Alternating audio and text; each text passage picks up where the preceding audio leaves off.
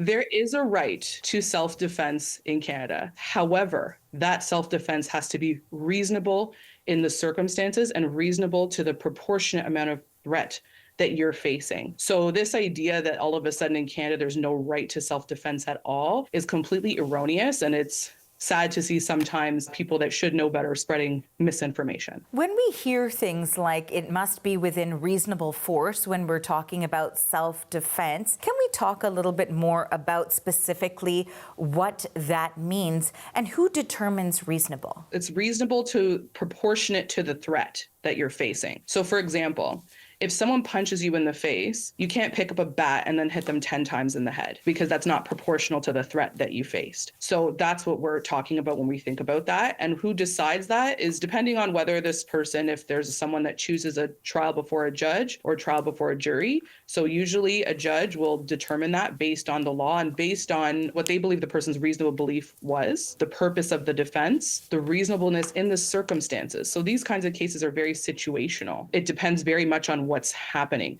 Is there a weapon present? What are the biological factors of the individuals involved? Like, so, height, weight. If the person who's in the home is saying, well, I was protecting people upstairs, this person had threatened me. They said they were going to kill my family, or they said they were going to go upstairs and kill my wife. All those things factor in to whether it's self-defense. But at the end of the day, Section 34 of the Criminal Code kind of lays out what self-defense is and sort of what the factors are considered. And obviously, when there's a trial or something, a judge will listen to both sides, the Crown and the defense side, and decide whether this was reasonable.